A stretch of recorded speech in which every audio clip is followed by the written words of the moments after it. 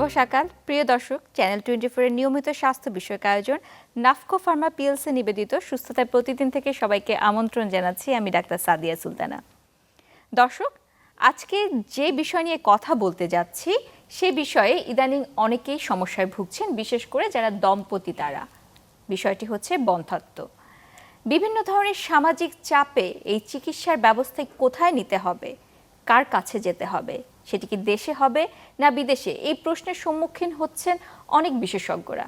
সেই প্রশ্নের উত্তর দিতে আজকে আমাদের অনুষ্ঠান বন্ধ্যাত্বের চিকিৎসায় বাংলাদেশ। এবং কথা বলতে আজকে স্টুডিওতে উপস্থিত আছেন আমাদের দেশের একজন প্রখ্যাত বন্ধ্যাত্ব বিশেষজ্ঞ।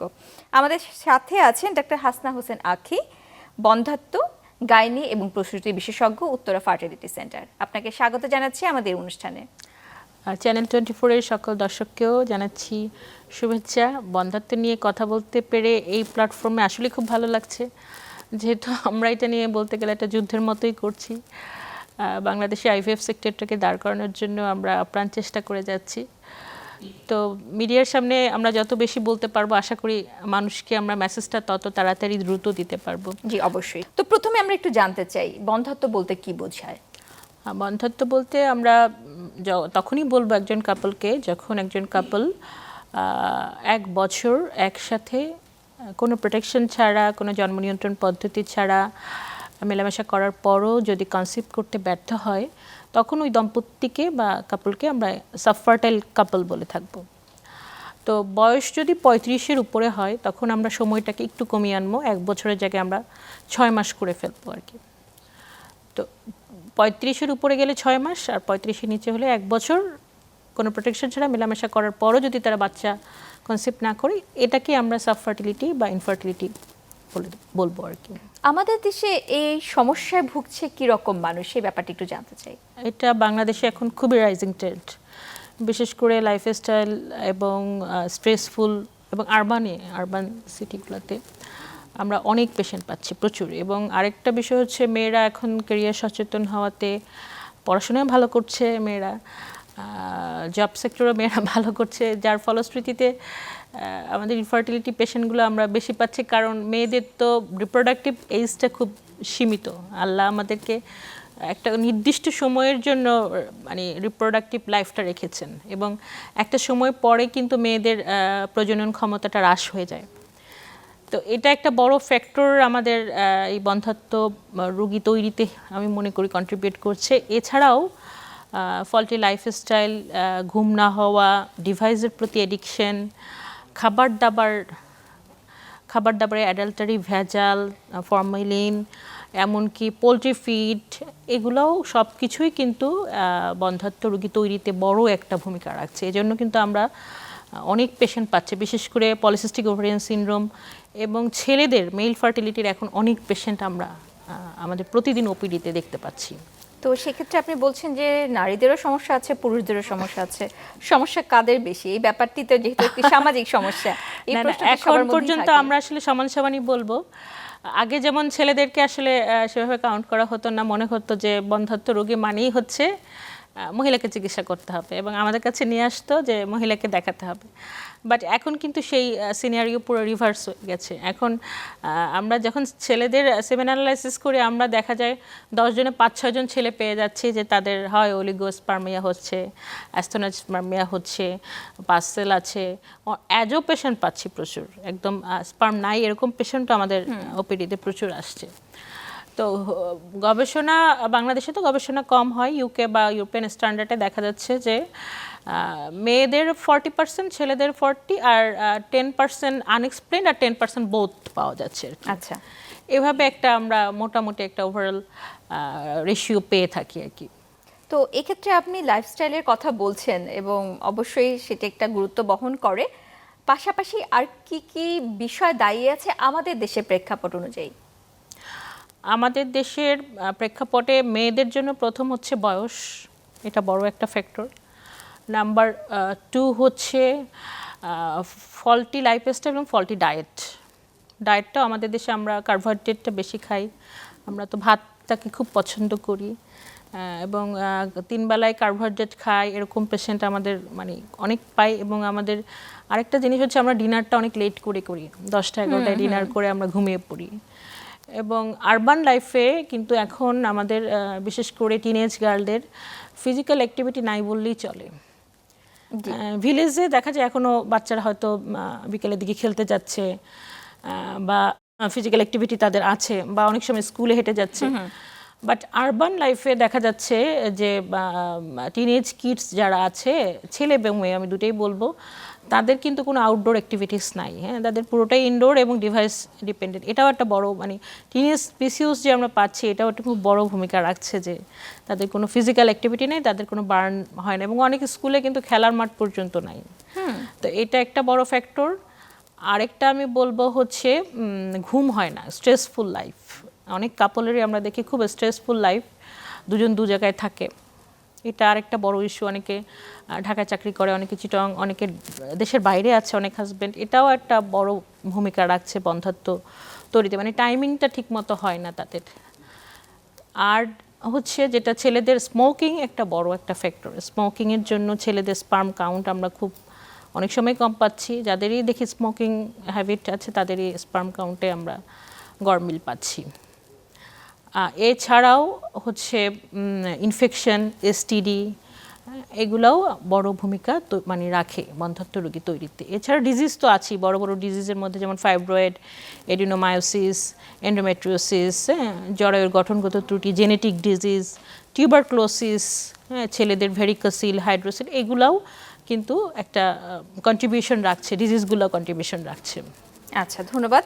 খুব সুন্দরভাবে আপনি বলেছেন যে কি কি কারণ হতে পারে। তো কারণের যেই চিত্রটি দেখছে, চিত্রটি তো আসলে সার্বিকভাবে, সেটি শুধুমাত্র গ্রাম বা শহরভাবে আমরা আলাদা করে বলতে পারছি না। তো এই যে যখন সমস্যাগুলো হচ্ছে, প্রথমেই অনেকেই চিন্তা করে যে না, আমি চিকিৎসকের কাছে যাব, কিন্তু কোথায় যাব, সেই বিষয়টি নিয়ে একটু জানতে চাই। কখন চিকিৎসকের কাছে যাওয়াটা প্রয়োজন বলে আপনি মনে করেন? আমরা তো অবশ্যই যেটা বলি যে 1 বছর যখন একজন দম্পতি বিয়ের পরে 1 বছর যখন তারা ট্রাই করার বয়স যদি 30-এর নিচে হয় আর কি, 1 বছর ট্রাই করার পরও যখন দেখবে সে কনসিভ হচ্ছে না, সেক্ষেত্রে আমরা অবশ্যই তার নিকটস্থ কোনো গাইনোকোলজিস্টকে প্রথমে দেখাবে। জি, ওটা হচ্ছে আপনার প্রাইমারি সেন্টার আর কি, গাইনোকোলজিস্টই দেখাবে। সেটা জেলা শহরে হোক, উপজেলা শহরে হোক, বিভাগীয় শহরে হোক। ওখান থেকে ওরা প্রাইমারি বেসিক ইনভেস্টিগেশন যেটা আছে আর কি, যেমন একটা টিবিএস স্ক্যান করা, একটা সিমেন অ্যানালাইসিস করা, ব্লাড সুগার, থাইরয়েড, এগুলো দেখার পরে কাউন্সিলিং, একসাথে থাকা হচ্ছে কি না, ওভুলেশনের টাইমটা, এগুলো দেখার কারেকশন করার পরেও যদি কনসিভ না করে, তখন তারা সেকেন্ডারি সেন্টারগুলোয় পাঠাবেন। সেকেন্ডারি সেন্টারগুলো সাধারণত বিভাগীয় শহর আর মেডিকেল কলেজ ছাড়া মানে তৈরি হয় না আর কি। তো সেকেন্ডারি সেন্টারে কাজ হচ্ছে এরপর স্টিমুলেশন দেওয়া, ওভারিয়ান মানে ওষুধ বাচ্চা তৈরির ওষুধপত্র দেওয়া। তো অনেক ক্ষেত্রে আইওআইও সেকেন্ডারি সেন্টারে থাকে, আইওআই একটা প্রসিডিওর আমাদের। সেখানেও যদি ফেল হয় তখন আইভিএফ সেন্টার, মানে আমরা যেগুলোতে কাজ করি, জি, 3rd লেভেলের আইভিএফ সেন্টারে আমাদের কাছে পাঠাবে। আর এটা হচ্ছে আমাদের রেফারাল ক্রাইটেরিয়া। আর কেউ যদি প্রথমেই মনে করেন আমি আইভিএফ সেন্টারই প্রথম, মানে যেটা ডেডিকেটেড টু ইনফার্টিলিটি সেন্টারে আমি চিকিৎসা নিব, সেক্ষেত্রে তো অবশ্যই ওয়েলকাম। আবার কিছু কিছু ডিজিজ আছে যেক্ষেত্রে আমরা আসলে টাইম নষ্ট করতে নিষেধ করি, যেমন যার 2টো টিউব ব্লক, এন্ডোমেট্রিওসিস, যার সিভিয়ার পিসিওস আছে, বারে বারে রিকারেন্ট প্রেগনেন্সি লস আছে, যার স্পার্মের আমরা দেখতেই পাচ্ছি দৃশ্যমান সমস্যা এজোস্পার্মে, সেক্ষেত্রে আসলে প্রাইমারি সেকেন্ডারি লেভেলে মানে ট্রিটমেন্ট করে খুব একটা বেশি বেনিফিট পাওয়া যায় না, কারণ ওক্ষেত্রে আসলে টার্সিয়ারি লেভেলে বা আইভিএফ সেন্টারের হেল্পই লাগে। সেক্ষেত্রে আমি বলবো যে সুনির্দিষ্ট কারণ যেখানে পাওয়া গেছে এবং যেটা চিকিৎসা করতে আপনার অ্যাডভান্স ট্রিটমেন্টই লাগবে, সেক্ষেত্রে অবশ্যই আপনারা একটা ডেডিকেটেড ইনফার্টিলিটি সেন্টারে আসবেন। সেক্ষেত্রে আপনার টাইমটা নষ্ট কম হবে, আপনার টাকা পয়সারও মানে খাতে খাতে টাকা পয়সা নষ্ট না হয়, এক জায়গাতেই আপনার ভালো ট্রিটমেন্টটা আপনি পাবেন এবং রেজাল্টটা আপনি হাতে পাবেন। জি, ধন্যবাদ। তো এই যে আপনি যে কথাগুলো বলছেন যে তাকে চিকিৎসা নিতে হবে এবং সেটা ধাপে ধাপে একটা ব্যাপার আছে, রেফারেল সেন্টার একটা ব্যাপার আছে, ইদানিং একটা প্রবণতা দেখা যায়, বিশেষ করে আমরা যারা একটু প্রান্তিক অঞ্চলে কাজ করে এসেছি, আমরা দেখেছি এই চিত্রটি, যে ওখানে ওভুলেশন ইন্ডাকশন ড্রাগ বিক্রি করা হচ্ছে ফার্মেসি থেকে। আপনি কি মনে করেন এটি কি কোনোভাবে এই ধরনের চিত্রের পিছনে কারণ বা রেজাল্টের ক্ষেত্রে কোনো ভূমিকা পালন করে কি না? না, এটা তো একদম নন জাস্টিফিয়েবল এবং ম্যাল প্র্যাকটিস। এটা শুধু বাংলাদেশেই সম্ভব, পৃথিবীর কোথাও এটা সম্ভব না, এটা বাংলাদেশেই শুধু সম্ভব। কারণ ওভুলেশন ইন্ডাকশন দেওয়ারও কিন্তু একটা লিমিট আছে। আমি কিন্তু টোটাল 6 কিলোর বেশি কিন্তু ইনজেকশন দিতে পারবো না, তাতে কিন্তু আমার এর রিজার্ভ কমে যাবে। আচ্ছা, এবং অনেক সময় রেজিস্ট্যান্স তৈরি হয়, রেজিস্ট্যান্স তৈরি হলে কিন্তু ওই ড্রাগ দিয়ে কিন্তু আমি করতে মানে আর ইনজেকশন দিতে পারবো না, আমাকে আরও এক্সপেন্সিভ ড্রাগ অ্যালাউ করতে মানে অ্যাপ্লাই করতে হবে। অ্যাপ্লাই করলেও কিন্তু অনেক সময় পোর রেসপন্স তৈরি হয়, বারে বারে স্টিমুলেশন দিলে ওভারি সেভাবে রেসপন্স করতে চায় না। তো সুতরাং স্টিমুলেশন কাকে কতটুকু দিতে হবে এটা কিন্তু ইন্ডিভিজুয়াল। আপনার জন্য যে স্টিমুলেশন ডোজের ক্রাইটেরিয়া আরেকটা পেশেন্টের জন্য কিন্তু সেটা কখনোই এক হবে না। আচ্ছা, সুতরাং এটা তো আপনি যিনি ইনফার্টিলিটি স্পেশালিস্ট বা যিনি গাইনোকোলজিস্ট তিনি আপনাকে ইভ্যালুয়েশনের পরে কিন্তু হিসাব নিকাশ করতে পারবেন। এখন একজন ডক্টরের পড়াশোনার গুরুত্বটা কিন্তু ওখানেই। এখন একজন ফার্মেসি যদি একটা প্রেসক্রিপশন, হয়তো একজন ডক্টরের প্রেসক্রিপশনই পেলো, সেটা দেখে যদি ওনার কাউকে উনি অ্যাপ্লাই করে, হয়তো 10টার মধ্যে একটা সাকসেস আসবে, কিন্তু এটা তো জাস্টিফাইও হবে না আর ওই রোগীর জন্য ঠিক হবে না, ওনার ক্ষতিও হতে পারে, ওনার ক্ষতিও হতে পারে। হ্যাঁ, সো এটা আমাদের দেশে এটা এখন বন্ধ করা মানে রুগীদেরই আমি মনে করি সচেতন হওয়া উচিত। হ্যাঁ, আইন করে বন্ধ করার উপায় আসলে বাংলাদেশে এখন আর ওই অবস্থায় নাই, পাচ্ছেও না। তো সেক্ষেত্রে আমি মনে করি অবশ্যই পেশেন্টদের মানে সচেতন হওয়া উচিত, কারণ ইনফার্টিলিটি অবশ্যই একটা সুপার স্পেশালিটি। এটা তো জ্বর সর্দি কাশি না যে আপনি ওটিসি ড্রাগ নেবেন। হ্যাঁ, এটা একটা সুপার স্পেশালিটি এবং এটা নিয়ে যারা ডেডিকেটেডলি কাজ করছে, পেশেন্ট ডিলিং করছে, আপনাকে অবশ্যই আপনার হেলথকে প্রিজার্ভ করতে হলে বা আপনার রিপ্রোডাক্টিভ লাইফকে সুরক্ষিত রাখতে হলে আপনাকে অবশ্যই তাদের কাছেই যেতে হবে। আপনি ফার্মেসি থেকে মানে আমি এখন অনেক প্রেসক্রিপশন এরকম পাচ্ছি যে মানে আলফাগন বা আরএফএইচ ইঞ্জেকশনগুলোও দিয়ে আসছে। আচ্ছা, হ্যাঁ, এরকম প্রেসক্রিপশন আমাদের কাছে অনেক আসছে এবং ইয়াং পেশেন্ট 24-25 বছর তার এমএইচ কমে গেছে, বারে বারে স্টিমুলেশন দেওয়ার জন্য এমএইচ কমে গেছে। তখন কিন্তু আমাদের হাতে আইভিএফ বা টেস্ট টিউব বেবি ছাড়া কিছু করার থাকে না এবং এক্ষেত্রে আমাদের ওই যে ড্রাগের ডোজ বাড়িয়ে দিতে হয়, রোগীর কস্ট বেশি পড়ে, পোর রেসপন্স তৈরি হয়, এগের কোয়ালিটি খারাপ হয়। তো এই জিনিসগুলো পেশেন্টদেরও একটু বোঝার আমার মনে হয় সচেতনতার সময় আসছে, তাদেরও একটু সচেতন হওয়া উচিত যে আমি কার কাছ থেকে কি ট্রিটমেন্টটা নিব। আর গভর্নমেন্টকে তো অবশ্যই এ ব্যাপারে আরও কঠোর হতে হবে। অবশ্যই। এখানে আরেকটি বিষয় একটু জানতে চাই যে অনেকেই বলে যে ইমার্জেন্সি পিল এই বন্ধ্যত্ব তৈরির ক্ষেত্রে পরোক্ষভাবে কিছুটা ভূমিকা পালন করে, কথাটা কতটুকু সত্য? আচ্ছা, ইমার্জেন্সি পিলের যদি কাজটা হচ্ছে ওভুলেশনকে ডিলে করে দেওয়া, তো ওভুলেশন ডিলে করতে গিয়ে ইমার্জেন্সি পিলে যেটা সবচেয়ে বেশি সমস্যা হয় একটোপিক প্রেগনেন্সি বা টিউবে বাচ্চা তৈরি হয়। তো এটাই আবার পরোক্ষভাবে যদি একটোপিক হয়, একটোপিক হলে টিউবাল ফাংশন তো নষ্ট হয়ে যায় বা ড্যামেজ হয়ে যায়, সেটা কিন্তু পরোক্ষভাবে আবার টিউব ঠিকমতো কাজ না করলে কিন্তু বন্ধ্যত্ব একটা বড় কারণ হচ্ছে টিউবাল, মানে আমাদের ফার্টিলাইজেশনটা তো আসলে মানে বাচ্চা যে নিষেক্ত হয় ওটা কিন্তু হয় টিউবে। সুতরাং টিউবাল ফাংশনটা আমাদের জন্য মানে ইনফার্টিলিটি চিকিৎসার সবচেয়ে জরুরি বিষয়। যে টিউব শুধু প্যাটার্ন থাকলেই হবে না, টিউব ফাংশনিং থাকতে হবে। ফাংশনিং না থাকলে কিন্তু ওই যে ফার্টিলাইজেশনটা সুন্দরভাবে হবে না, সেই ফার্টিলাইজড ওভামটা আবার হচ্ছে ভেসে ভেসে আবার জড়ইতে বসতে হবে। তো টিউবের তো অনেক কাজ। তো ইমার্জেন্সি পিল তো ওই যে টিউবের মোটিলিটি কমায় দেয়, ওভুলেশনটাকে ডিলে করে। এবং অনেক সময় আমরা যে ম্যাক্সিমাম, কালকেও একটা একটোপিক প্রেগনেন্সি আমি ল্যাপারোস্কোপি করেছি, এই একই কাহিনী। হ্যাঁ, সে হয়তো ইমার্জেন্সি পিল এমএম কিট এভাবে তার টিউব।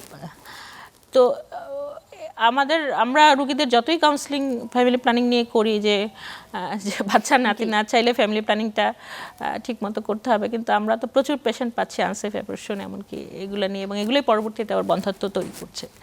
জি, তো আধুনিক চিকিৎসার ক্ষেত্রেই আসি, যে চিকিৎসার কথা শুনতে আজকে আমরা বসেছি, সেই চিকিৎসার পদ্ধতিগুলো কি কি আছে আমাদের দেশে? আধুনিক বন্ধ্যত্ব তো এখন মানে বন্ধ্যত্বের চিকিৎসা কিন্তু এখন রূপকথার গল্পের মতো হয়ে গেছে, মানে অনেক অ্যাডভান্স টেকনোলজি চলে আসছে। তো আমরা আইভিএফ বা টেস্ট টিউব বেবি দিয়ে শুরু করি, যেটা নিয়ে সবার বেশি আগ্রহ থাকে।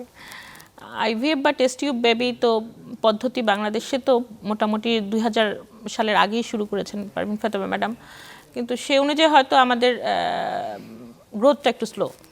আমাদের পার্শ্ববর্তী দেশ যেভাবে এটাকে এগিয়ে নিতে পেরেছেন, আমরা হয়তো অতটা আগায় নিতে পারি নাই। তো এখন বাংলাদেশে মোটামুটি অনেকগুলো সেন্টার আলহামদুলিল্লাহ তৈরি হয়ে গেছে এবং সফলতার সহিতই আমাদের দেখা যায় টেস্ট টিউব বেবিটা তৈরি হচ্ছে। তো সবাই যেটা আগ্রহ থাকে যে টেস্ট টিউব বেবিটা আসলে কিভাবে তৈরি হয়, এটা কি আমার বাচ্চা হবে কিনা, বা এটা ইঞ্জেকশন দিয়ে তৈরি হচ্ছে কিনা, বা এটা নর্মাল বেবি হবে কিনা, বা ছেলে মেয়ে ঠিক করা যাবে কিনা, এই কোশ্চেনগুলো আমাদের কাছে প্রতিনিয়ত আসছে। তো আমাদের উত্তরগুলো হচ্ছে আইভিএফ আপনার বাচ্চাই হবে, আপনার ডিম এবং আপনার শুক্রাণু দিয়েই। শুধুমাত্র ফার্টিলাইজেশনটা যেটা আপনার টিউবে হতো সেটা আপনার টিউবে না হয়ে ল্যাবে তৈরি হচ্ছে, আসলে টিউবে না পেট্রি ডিশে তৈরি হচ্ছে। তো ল্যাবে আমরা ফার্টিলাইজেশনটা ইক্সি মেশিনের মাধ্যমে তৈরি করি বা আইভিএফ প্রক্রিয়ায় তৈরি করে ইনকিউবেটরে আমরা ওই ফার্টিলাইজড ওভামটাকে আমরা ইনকিউবেটরে গ্রো করাই। ইনকিউবেটরে গ্রো করলে 5 দিনের বাচ্চাটা যখন গ্রো হয়, ওই 5 দিনের বাচ্চাটা কিন্তু আমরা জরায়ুতে ভ্রূণ আর কি, ভ্রূণটাকে আমরা প্রতিস্থাপন করি, যেটাকে এমব্রায়ো ট্রান্সফার বলা হয়। তো এই ক্ষেত্রে মানে অন্য কারো বাচ্চা হওয়ার কোনো সম্ভাবনা নাই, এবং নর্মাল যে ফিজিওলজিক্যাল প্রসেসে বাচ্চাটা তৈরি হয় বডিতে, সেই একই প্রসেসেই ল্যাবে তৈরি হচ্ছে। সেক্ষেত্রে ইনজেকশনের বাচ্চা, অ্যাবনর্মাল বাচ্চা, অসুস্থ বাচ্চা বা এ ধরনের আসলে হওয়ার কোনো সম্ভাবনাই নেই। আইভিএফ বেবি তো অনেক ডেলিভারি হয়েছে, অনেকে অনেক ডক্টর হয়েছে বা অনেক স্কলার তৈরি হয়েছে, আমাদের চোখের সামনে আছে, এবং তারা কিন্তু সুস্থভাবেই জীবনযাপন করেছেন, তাদের কোনো জেনেটিক ডিজিজ, বরং আইভিএফে কিন্তু জেনেটিক ডিজিজ হওয়ার চান্স কম থাকে, কারণ এমব্রায়ো তো আমরা সিলেকশন করতে পারি, যেটা দেখা যায় খুব গুড ব্লাস্টোসিস্ট, আমরা সেটাকে ট্রান্সফার করি, তো ওইটা হওয়ার আসলে কোনো চান্স নাই।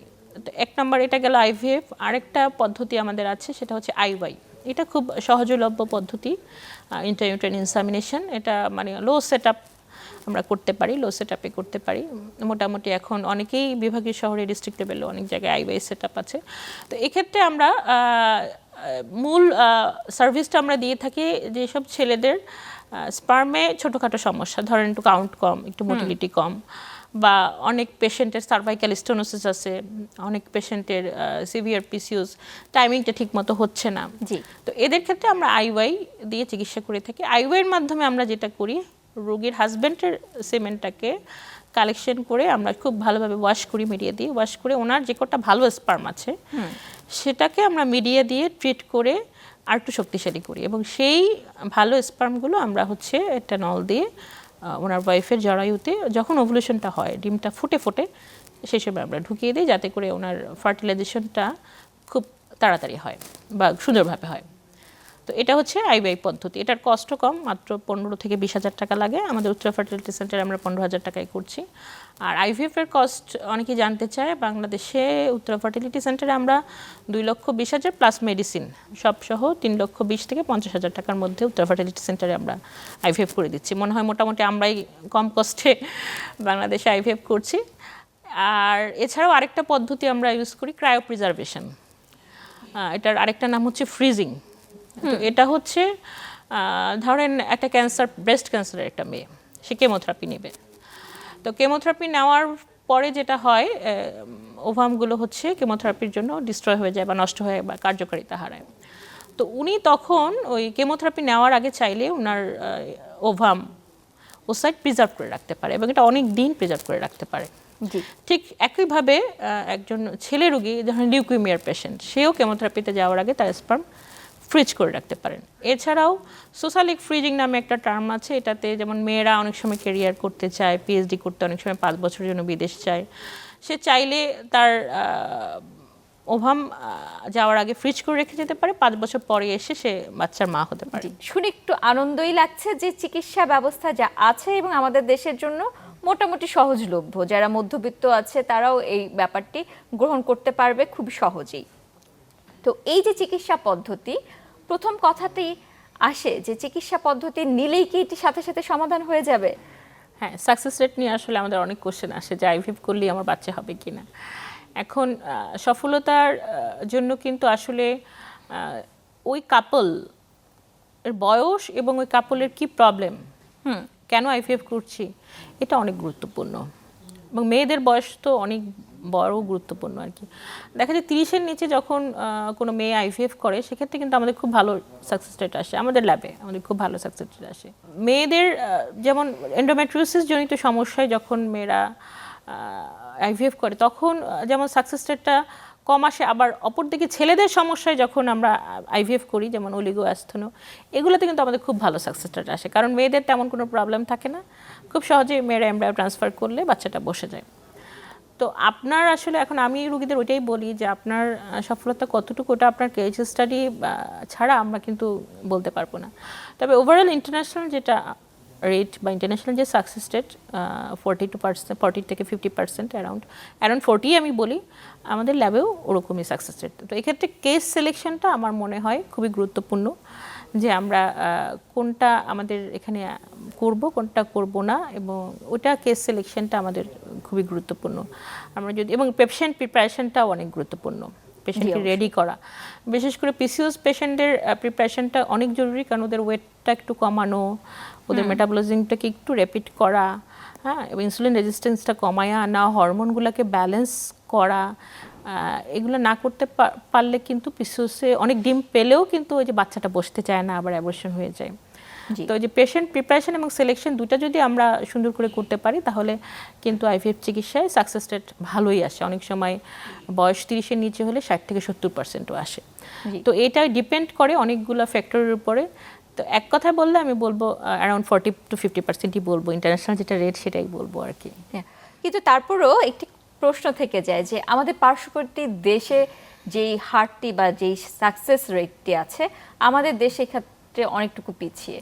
এর পিছনে কি আপনি মনে করেন কোনো কারণ আছে? না, ওদের দেশে তো ডোনার এগ অ্যালাউ, ওদের মূল সফলতার চাবিকাঠি হচ্ছে ওরা ডোনার এগ এবং ডোনার স্পার্ম ইউজ করতে পারে, যেটা আমাদের দেশে একটা ইসলামিক কান্ট্রি হিসেবে আমাদের দেশে সেভাবে কোনো আইন নাই, আমরা পারিও না করতে। ইন্ডিয়াতে যদি এখন দেখা যায় যে 35-এর বয়স বেশি হলে এবং লো AMH আসলে ওরা কিন্তু সাথে সাথে ডোনার এগের জন্যই অফার করে যে তুমি ডোনার এগ নিতে পারো, তাহলে তোমার সাকসেসটা আসবে। এবং বাংলাদেশ থেকে যখন মানুষ এত টাকা পয়সা খরচ করে একটা অন্য দেশে যায়, তখন সে চায় বাচ্চাটা নিয়ে আসতে, আসলে তখন তারা কনভিন্স হয়ে যায় এবং ডোনার এগ নিয়ে। কিন্তু এটা তো আমরা আমাদের দেশে আসলে পারি না, এটা একটা বড় আমাদের ফ্যালাসি। আর আরেকটা যেটা বলবো, অবশ্যই আমাদের পার্শ্ববর্তী দেশ টেকনোলজি, ওরা স্বাধীন হয়েছে আমাদের অনেক আগে, এবং ওরা এটাকে একদম ইন্ডাস্ট্রি হিসেবে তৈরি করেছে। ইন্ডাস্ট্রি হিসেবে তৈরি করে মেডিসিন এবং ইকুইপমেন্ট, ইউটেন্সিল যেগুলো ওদের লাগে, আমাদের ডিসপোজেবল যেগুলো লাগে, সেগুলো কিন্তু ওদের প্রত্যেকটার ওরা নিজেরাই তৈরি করছে। এখন পর্যন্ত আমাদের দেশে কিন্তু আমাদের মিডিয়া থেকে শুরু করে পিক আপ নিডেল সব কিছু কিন্তু আমাদের ইউরোপিয়ান কান্ট্রি থেকে বা ইন্ডিয়া থেকেই আমাদের আনতে হচ্ছে। এক্ষেত্রে কিন্তু আমাদের এলসি করার কারণে বা ট্যাক্সের জন্য আমাদের খরচ কিন্তু অনেক বেড়ে যাচ্ছে। দু একটা ফার্মাসিউটিক্যালস কোম্পানি এখন ইনজেক্টেবল তৈরি করছে বা আগ্রহ হচ্ছে, কিন্তু সেভাবে কিন্তু আমরা পুরো দমে মানে দেশীয় ইন্ডাস্ট্রির উপর ডিপেন্ড এখনও করতে, মানে আমরা মনে হয় না 20% আমরা ডিপেন্ড করি, আমাদের এখনও সব কিছুর জন্যই বাইরের কান্ট্রির উপর ডিপেন্ড করতে হয়। তো এটা একটা আমাদের বড় ফ্যাক্টর। তবে আমরা শুরু যখন করেছি, আল্লাহর রহমতে 5 বছরের মধ্যে ইনশাল্লাহ আমরাও দাঁড়াতে পারবো। জি, অবশ্যই সেই আশা তো আমরা সবাই করছি আমাদের সাধারণ মানুষের জন্য। তো সেখানে আমরা যেমন চিকিৎসাগুলোর কথা শুনছি, যে আধুনিক চিকিৎসা পদ্ধতি, অনেকেই আছে যে প্রথমে একবার করছে, তারা বিভিন্ন ধরনের এই পদ্ধতিগুলো ব্যবহার করছে, এবং পরবর্তীতে আবারও তাদের যদি ইচ্ছা পোষণ করে, তাহলে কি একই পদ্ধতি বারবার ব্যবহার করা বা গ্রহণ করা সম্ভব কিনা? সেটা তো সম্ভবই। এছাড়াও সবচেয়ে যেটা সুবিধা সেটা হচ্ছে যখন আমরা আইভিএফ বা টেস্ট টিউব বেবি করি, তখন কিন্তু আমরা অনেক ডিম তৈরি করি। আমরা চাইবো রোগীটার অনেক ডিম তৈরি হোক। বিশেষ করে যাদের AMH ভালো থাকে তাদের 8-10টা, পিসিওসের তো আমরা 20-25টা ডিমও পাই।